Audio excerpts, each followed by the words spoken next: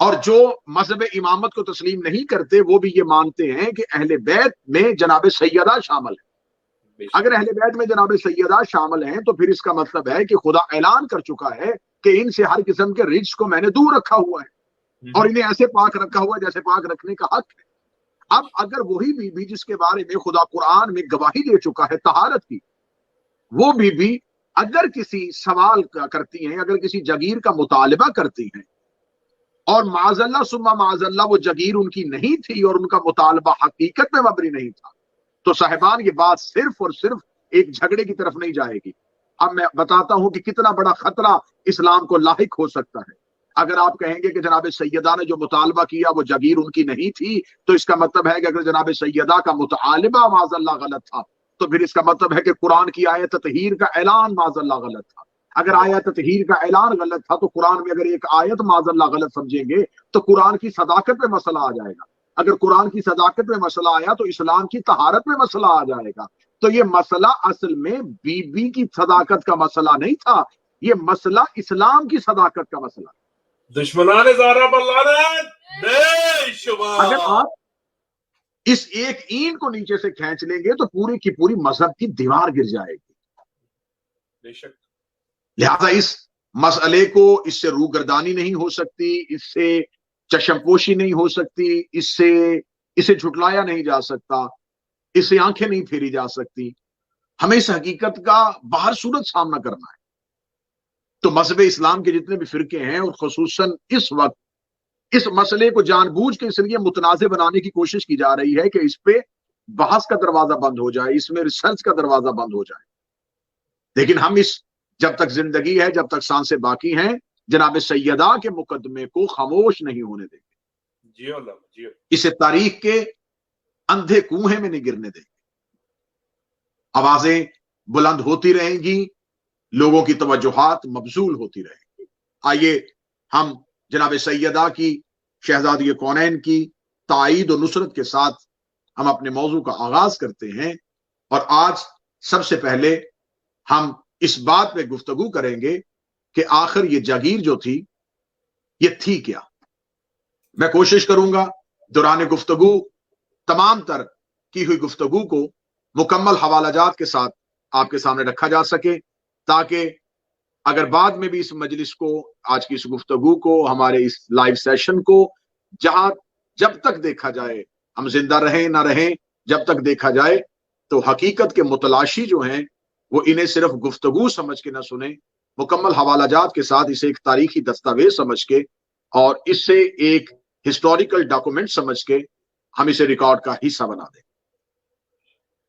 سب سے پہلے ہمیں یہ دیکھنا ہے کہ آخر یہ فدق جو تھا یہ کیا تھا. فدق ایک علاقہ تھا جناب نوح کے پڑپوتے، جناب نوح کی نسل سے ایک شخصیت جو جناب حام کی اولاد میں ان کا تعلق تھا، ان کا نام فدق تھا. انہوں نے اس جگہ کو آ کے آباد کیا اور اس جگہ کو رہنے کے قابل بنایا، اور انہی کے نام کی وجہ سے اس جگہ کا نام فدق پڑ گیا. کیونکہ ان کا اپنا نام فدق تھا، انہوں نے اس جاگیر کو آباد کیا تھا، تو ان کی نام کی وجہ سے اس کی نسبت فدق ہو گئی. اب میں حوالہ جات دے رہا ہوں اہل سنت کی معتبر ترین کتاب معجم البلدان، اس کی جلد نمبر 14 ہے، صفحہ نمبر اس کا 238 یعنی کہ 238. اہل سنت کی دوسری معتبر کتاب تاریخ الخمیس، صفحہ نمبر 88 اور اہل سنت کی معتبر کتاب وفاء الوفا. ان تینوں کتابوں میں لکھا ہے کہ میں نے حوالہ جات اور اس کے پیج کے ساتھ آپ کے سامنے یہ حوالہ پڑھا. فدق ایک شہر کا نام تھا جو مدینہ سے، میں بالکل وہ عبارت پڑھ رہا ہوں جو کتب میں لکھی ہوئی، 2 یا 3 دن کی مسافت پر واقع تھا. اس میں چشمے اور بہت سے کھجوروں کے باغ تھے. یہ قابل سماعت ہے اور یہ قابل غور بات ہے کہ اس فدق کے ساتھ ایک لفظ عام استعمال کر دیا جاتا ہے، باغ فدق. باغ عربی زبان کا لفظ نہیں ہے، باغ فارسی زبان کا لفظ ہے. یہ فارسی ترکیب تو ہو سکتی ہے کہ اس کے ساتھ لفظ باغ استعمال کیا جائے، یہ عربی ترکیب نہیں ہو سکتی. لہٰذا اس کا حدود اربع چھوٹا کرنے کے لیے جب اس کے لیے لفظ باغ استعمال کر دیا جاتا ہے تو اکثر احباب کو یہ غلط فہمی ہو جاتی ہے کہ شاید یہ ایک چھوٹا سا کوئی کھجوروں کا باغ تھا، جبکہ میں نے 3 حوالے دیے تینوں اہل سنت کتابوں کے، اور تینوں حوالوں میں لکھا ہے کہ فدق ایک باغ نہیں، ایک شہر کا نام تھا جو مدینہ سے 2 یا 3 دن کی مسافت پر واقع تھا۔ اور اگلی لائن سنیے گا، اس میں چشمے اور بہت سے کھجوروں کے باغ تھے، یعنی یہ خود باغ نہیں تھا، اس کے اندر بہت سے باغات تھے۔ اور پھر اسی کتاب میں لکھا ہے کہ یہ وہی فدق ہے جس کے متعلق جناب سیدہ نے ابو بکر سے فرمایا تھا، یہ فدق رسول اللہ نے میرے باپ نے مجھے عطا فرمایا تھا۔ اب اگر یہ سوال اٹھے گا کہ فدق ایک گاؤں تھا جس میں چند کھجوریں تھیں تو وہ شہر کیسے بن گیا، تو اہل سنت کی معتبر کتاب دائرۃ المعارف، صفحہ نمبر اس کا 135 135، والیوم اس کا 7، طبع مصر، اس میں لکھا ہے کہ فدق علاقہ خیبر کے ایک قریہ کا نام تھا، یعنی کہ ایک شہر کا نام تھا جسے فدق کہا جاتا تھا۔ اب فدق کی وجہ تسمیہ جو میں نے اس سے پہلے بیان کی، کیونکہ ہم نے وعدہ کیا ہے کہ ہم ان تمام مجالس میں اور ان تمام سیشنز میں ہونے والی گفتگو کو ہم حوالہ جات کے ساتھ آپ کے سامنے نقل کریں گے۔ تو یہ فدق نام کیوں پڑا تھا، پھر اہل سنت کی معتبر کتاب معجم البلدان اور اہل سنت کی کتاب وفاء الوفا، اس میں لکھا ہے کہ اس شہر کا نام فدق اس لیے تھا کہ حام کا بیٹا فدق اس جگہ پہ پہلے اترا تھا، اور اس کے نام کی وجہ سے اس کا نام فدق پڑا تھا۔ جناب حام کی اولاد میں سے ایک شخصیت نے اسے آباد کیا، اس میں مختلف نخلستان یعنی کہ کھجوروں کے باغ تھے، اس میں چشمے تھے۔ اب اس کی مالیت کتنی تھی، اس کی ویلیو کتنی تھی، اگر ہم تاریخ سے پوچھیں کہ فدق جو جاگیر اور پراپرٹی تھی اس کی مالیت کتنی تھی، تو مورخین نے، یعنی کہ مورخ، یہ بات بھی میں آپ کو گوش گزار کر دوں کہ مورخ ہمیشہ ہر دور کا میڈیا، ہر دور کی گورنمنٹ کا پابند ہوتا ہے۔ چاہے ہم آج کے اس ترقی یافتہ دور میں بھی یہ آواز اٹھائیں کہ یہاں جمہوریت ہے، یہاں پہ گفتگو کرنے کی آزادی ہے، لیکن یہ بات آپ کہیں نہ کہیں ضرور تسلیم کریں گے کہ ہر دور میں، ہر دور کی حکومت، ہر دور کی گورنمنٹ کی یہ خواہش ہوتی ہے کہ وہ میڈیا کو اپنا پابند رکھے، اور جتنے بڑے بڑے میڈیا گروپس ہوتے ہیں یہ حکومتوں کے اشاروں پہ چلتے ہیں۔ تو یہ کیسے ہو سکتا ہے کہ آج کے ترقی یافتہ دور کا میڈیا گورنمنٹ اپنے انڈر رکھنے کی کوشش کرے، اور بادشاہوں کے دربار میں بیٹھے ہوئے مورخین کو بادشاہوں کے درباروں سے وظیفے نہ ملتے؟ مورخین کو درباروں سے وظائف ملتے تھے، مورخین کو بادشاہ نوازتے تھے، ان کو جاگیریں دی جاتی تھیں، ان کو درہم و دینار دیے جاتے تھے، اور بادشاہ اپنی مرضی کی تاریخ مرتب کرواتے تھے۔ جب بادشاہ اپنی مرضی کی تاریخ مرتب کرواتے تھے تو اب ہمارا سوال یہ ہے کہ آپ ہمیں بتائیں کہ اہل بیت علیہم السلام کو حکومت ملی کب تھی؟ جب خاندان رسول کو حکومت ہی نہیں ملی، اور حکومت ہر دور میں خاندان رسول کے مخالفت میں رہی، تو آپ یہاں سے تاریخ کا اندازہ کر لیں کہ جب مورخ ہی مخالف کے انڈر رہا تو پھر اس نے تاریخ کیسی مرتب کی ہوگی۔ لیکن یہ ہے مذہب آل محمد کی حقانیت کہ دشمن کے قلم سے بھی فضائل سینہ پھاڑ کے باہر نکلے۔ قلم بے شک دشمن کا تھا، لیکن انہیں خبر تھی کہ فضیلتیں اگر کسی گھر کا احاطہ کرتی ہیں تو وہ یہی کہہ رہے ہیں۔ اب اتنے دشمنی ہونے کے باوجود ہمیں اس کی مالیت کا اندازہ کرنا، لیکن پھر بھی ہمیں تاریخ سے روایات مل گئیں۔ اہل سنت کی معتبر کتاب سنن ابی داؤد جو ان کی سیاح میں شامل ہے، اس کا صفحہ نمبر 144 144، اس میں لکھا ہے کہ ابو داؤد کہتے ہیں کہ جب عمر ابن عبدالعزیز خلیفہ بنا تو فدق کی زمین کے غلہ کی آمدن 40,000 دینار تھی۔ ہمیں سنن سے یہ روایت مل گئی کہ فدق کی مالیت کتنی تھی۔ اب اہل سنت کی معتبر کتاب شرح ابن ابی الحدید، صفحہ نمبر 108 پیج 108، اس میں لکھا ہے کہ جب یہودیوں کو فدق سے نکال دیا اور ان کے حصہ کی زمین کے بما کھجوروں کی جب قیمت لگائی گئی تو 50,000 درہم پڑی. جس وقت یہودیوں کو نکالا تھا اس وقت شرح ابن ابی الحدید نے لکھا ہے کہ ان کی جو مالیت کھجوروں کی، صرف جو کھجوروں کی مالیت تھی وہ 50,000 درہم پڑی. پھر اہل سنت کی اسی کتاب شرح ابن ابی الحدید کے صفحہ نمبر 108 میں ہی اس کو آگے بڑھایا گیا کہ فدق میں 11 درخت خرما کے یعنی کہ کھجوروں کے ایسے تھے جنہیں رسول اللہ نے اپنے ہاتھوں سے بویا تھا. اب میں نے شرح ابن ابی الحدید سے یہ روایت پڑھی. شرح ابن ابی الحدید کہہ رہی ہے کہ رسالت مآب نے اس میں 11 درخت اپنے ہاتھوں سے بوئے تھے.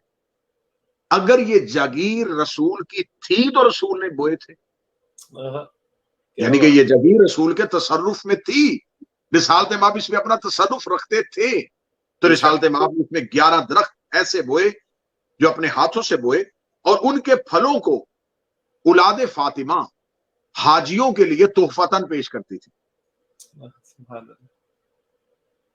یعنی کہ رسالت مآب کے وہ ہاتھ کے لگائے ہوئے درخت، ان کی جو کھجوریں تھیں وہ مارکیٹ میں سیل ہونے کے لیے نہیں جاتی تھی، بلکہ ان کی کھجوروں کو سنبھال لیا جاتا تھا. جب حجاج کرام آتے تھے تو اولاد فاطمہ ان حجاج کرام کو تحفتاً پیش کرتی تھی.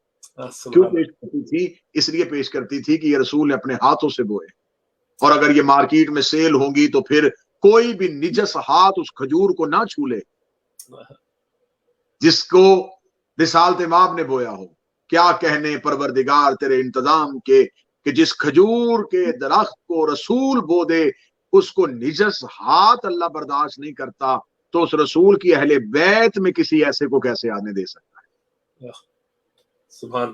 یعنی کہ رسول پاک کے ہاتھ کی لگی ہوئی کھجوروں کو مس کرنے کے لیے بھی حاجی ہونا ضروری ہوتا. میں اور جملہ اچھا کہہ دیتا ہوں کہ جو ہاتھ حجر اسود کو چھوتے تھے وہی ہاتھ رسول کے ہاتھ کی لگی ہوئی کھجوروں کو چھوتے. سبحان اللہ. نعرہ حیدری یا علی علی علی. اب یہ میں نے فدق کا رقبہ پڑھا، اس کی مالیت پڑھی. اب اس سے آگے چلتے ہیں کہ یہ فدق جو تھا یہ کب اور کہاں اور کیسے رسول کو ملا. ہمارے ہاں کیونکہ ہم نے وعدہ کیا ہے کہ ہم ان تمام حقائق کو برادران اہل سنت کی کتابوں سے پیش کریں گے اور کوشش کریں گے کہ جتنا کم ہو سکے اتنا ہم مکتب تشیع کی کسی کتاب کا حوالہ دیں، تاکہ ہمارا یہ دعویٰ، اور یہ ہمیشہ طریقہ کار ہوتا ہے کہ جب بھی آپ اپنا موقف پیش کرتے ہیں تو اپنے موقف کو آپ اپنے مخالف کی کتاب سے ثابت کریں. یہ علم مناظرہ کے اصولوں میں سے ایک اصول ہے، تو ہم اپنے موقف کو اپنے برادران کی کتابوں سے ثابت کر رہے ہیں. اب یہ اہل سنت کے ہاں لکھا ہے کہ یہ رسول کے پاس کیسے آیا تھا. اہل سنت کی معتبر کتاب فتح البلدان، اس کا پیج نمبر ہے 42 طبع مصر. ابی الحسن بلازری کی اہل سنت کی معتبر کتاب معجم البلدان، اس کا صفحہ نمبر 139 139 والیوم نمبر 14 طبع بیروت. یقوت حموی بغدادی کی کتاب اہل سنت کی معتبر کتاب تاریخ تبری، صفحہ نمبر اس کا 1583 والیوم اس کا 3 ذکر غزوہ خیبر مؤلف ابی جعفر تبری. اہل سنت کی معتبر کتاب تاریخ کامل، صفحہ نمبر 108 مؤلف ابن عسیر. اہل سنت کی معتبر کتاب شرح ابن ابی الحدید، صفحہ نمبر 108. اہل سنت کی معتبر کتاب تاریخ الخمیس، صفحہ نمبر 58 ذکر فدق شیخ حسین دیار بکری. میں ان کی تفصیلات میں نہیں جا رہا، ان کا متوفہ ہونا نہیں پڑ رہا تاکہ گفتگو ہم کم وقت میں زیادہ کر سکیں. تو میں نے آپ کے سامنے یہ 6 حوالہ جات دیے، 6 حوالے مستند ترین اہل سنت کتابوں کے ہیں. ان کے ہاں جو روایت پائی جاتی ہے وہ یہ روایت ہے جو ان ساری کتابوں میں ایک ہی عنوان کے ساتھ اور ایک ہی متن کے ساتھ نقل ہے، اسے میں دوہرا دیتا ہوں کہ نبی کریم صلی اللہ علیہ وآلہ وسلم جب خیبر سے واپس آئے تو محیصہ ابن مسعود انصاری کو دعوت اسلام کی خاطر اہل فدق کے پاس بھیجا۔ اہل فدق کا سردار اس وقت یوشع بن نون یہودی تھا۔ اسلام قبول کرنے سے اہل فدق نے انکار کیا اور علاقہ فدق کی آدھی زمین دینے کی پیشکش کی۔ نبی نے آدھی زمین لے کر ان کو وہاں رہنے دیا۔ آدھا فدق رسول کی ملکیت تھا، کیونکہ اس کو حاصل کرنے پر مسلمانوں نے اونٹ اور گھوڑے نہیں دوڑائے تھے۔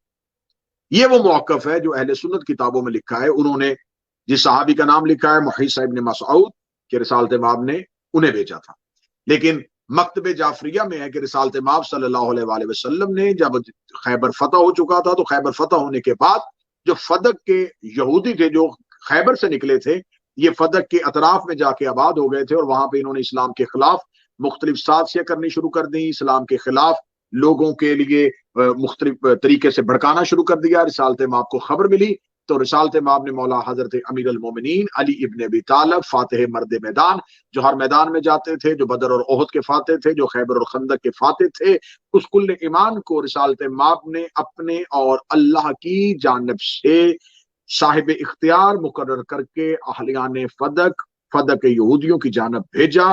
سفیر توحید اور سفیر رسالت حضرت امیر المومنین نے جا کے اللہ اور رسول کا پیغام فدق یہودیوں کو سنایا اور فدق یہودیوں کو اسلام کے خلاف ہر طرح کی سازش سے خاموش رہنے کے لیے کہا۔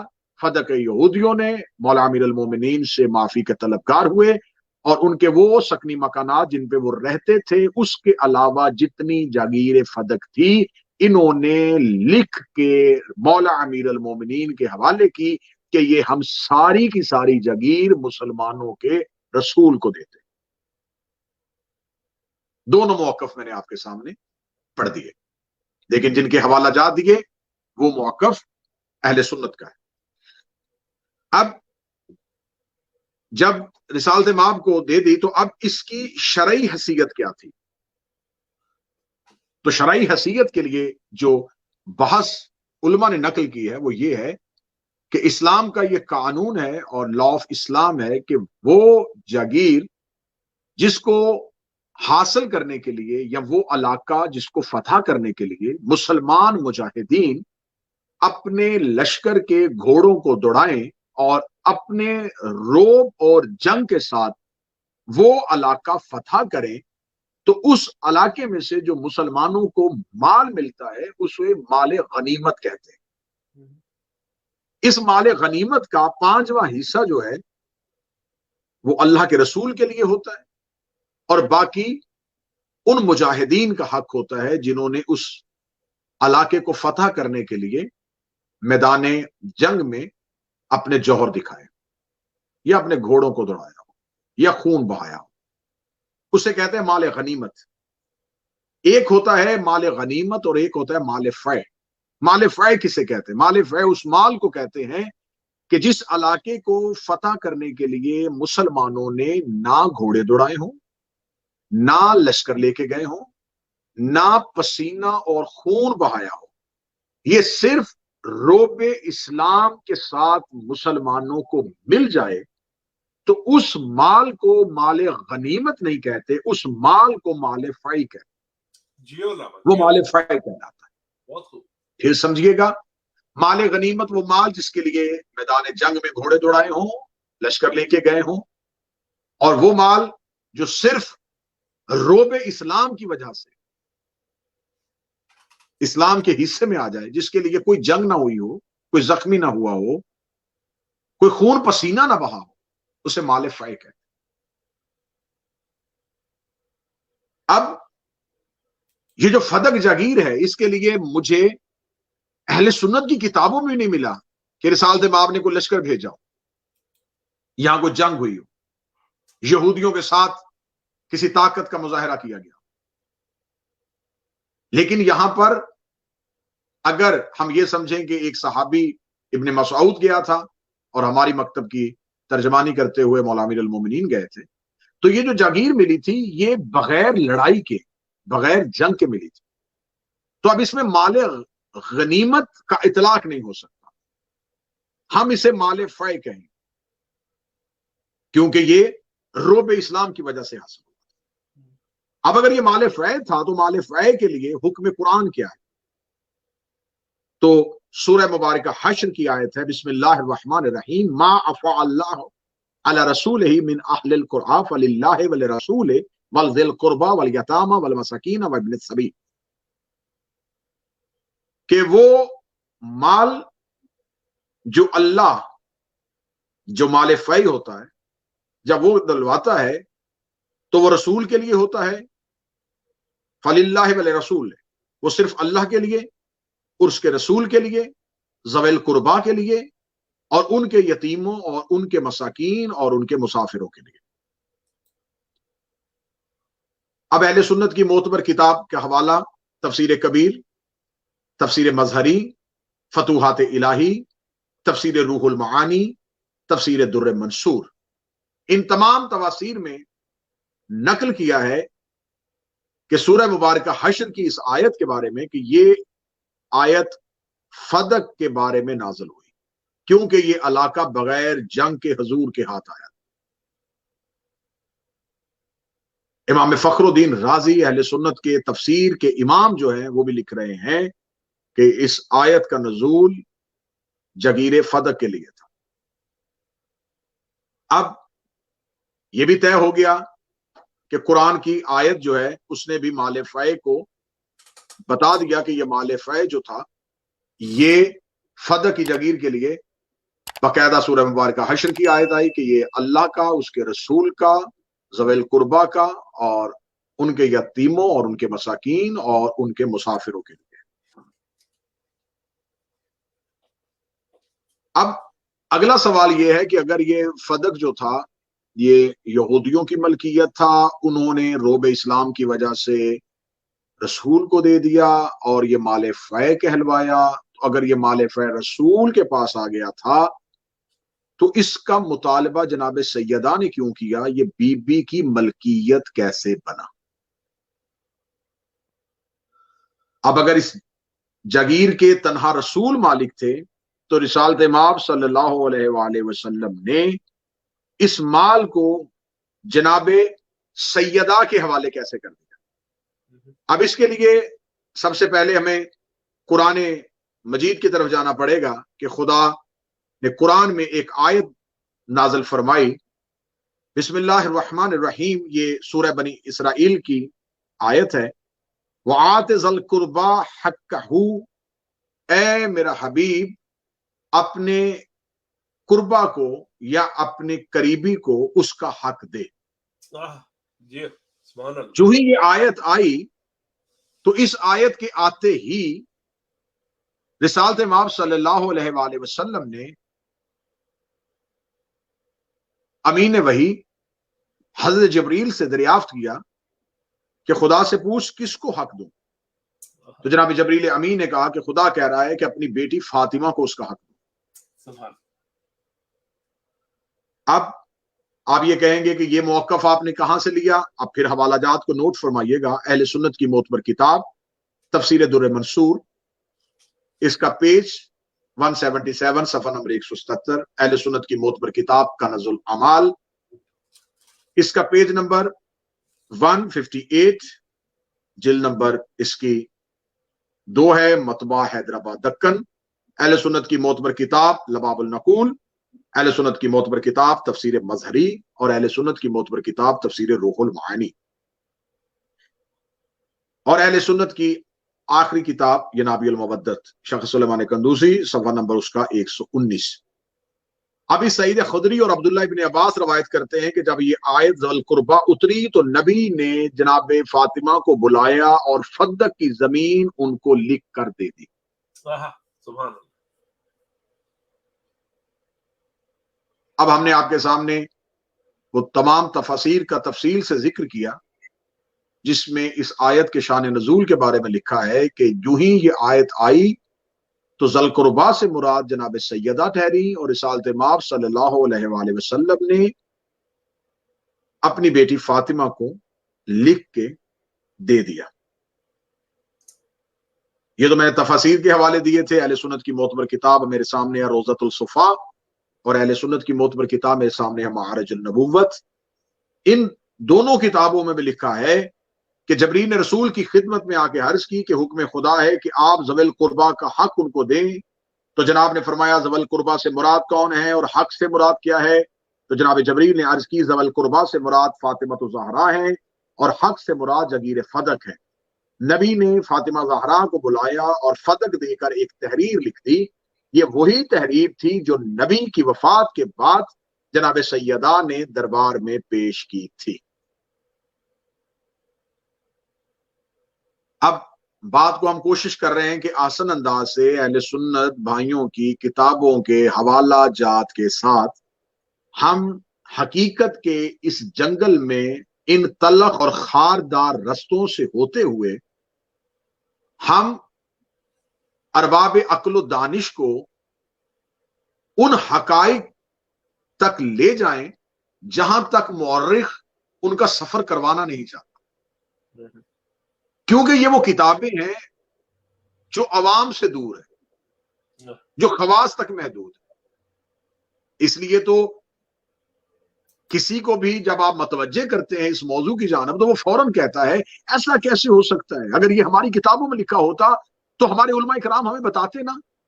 تو صاحبان، آپ کا پہلا سوال جو تھا اس کا جواب میں دوں، یہ لکھا ہے، بتاتے نا۔ یہ سوال مجھ سے کرنے والا نہیں، یہ سوال آپ کا ان سے کرنے والا۔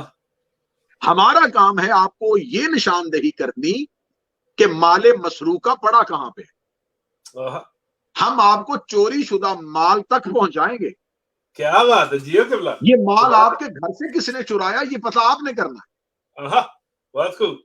ہمارا حق بنتا ہے کہ ہم آپ کو وہ آپ کا مال، کیونکہ مولا فرماتے ہیں کہ علم مومن کی گمشدہ میراث ہے، ہم آپ کو اس مال تک پہنچا دیں گے۔ یہ ہے وہ حقائق جو آپ سے چھپائے جا رہے ہیں، یہ وہ حقائق جن سے پردہ پوشی کی جا رہی ہے، یہ وہ حقائق ہیں جن کی وجہ سے آپ کو اتنے سالوں سے صرف ایک رٹ لگا کے کہ معاذ اللہ شیعہ صحابہ کی توہین کرتے ہیں، انہیں قتل کر دو، ان کے گھروں میں نہ جاؤ، ان کی مجلسوں میں نہ جاؤ، ان کے ساتھ نہ بیٹھو، یہ آپ کو ہم سے دور صرف اس لیے کیا جا رہا ہے کہ اگر ہمارے بچے ان نوجوانوں کے قریب بیٹھ گئے، ان کی محافل اور مجالس میں چلے گئے، ان کے علماء کے قریب بیٹھ گئے، تو کہیں ان کو وہ چوری شدہ مال کا پتہ نہ چل جائے جو ہم نے اپنی نگرانی میں چوری کروایا۔ دشمنان زہرا بلانت بے شمار۔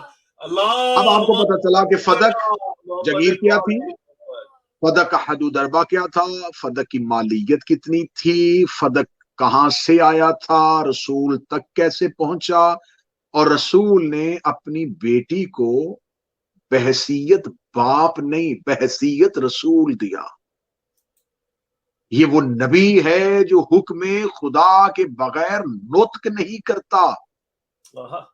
یہاں ایک باپ فرط جذبات سے یا محبت میں بیٹی کو تحفہ نہیں دے رہا، حکم خدا کے تحت ذوی القربا کو ان کا حق دے رہا ہے۔ جیو علامہ جیو، سبحان اللہ۔ فدق حق سیدہ ہے جو اللہ نے رسول کے ذریعے جناب سیدہ کو دیا۔